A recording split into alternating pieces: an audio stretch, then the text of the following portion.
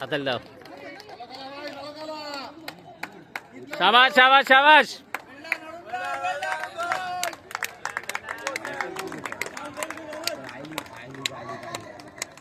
I league Indian লিগের second ডিভিশনে খেলা চলছে। Manipur versus united sports. প্রথমাদের খেলা শেষ হলো, 1-0 গোলে এগিয়ে আছে ইউনাইটেড স্পোর্টস। দেখা যাক শেষ পর্যন্ত এই রেজাল্ট ধরে রাখতে পারে কিনা বা এর থেকে বেশি, এটাই আমাদের প্রত্যাশা। সবাই সাজঘরে ফিরে আসছে।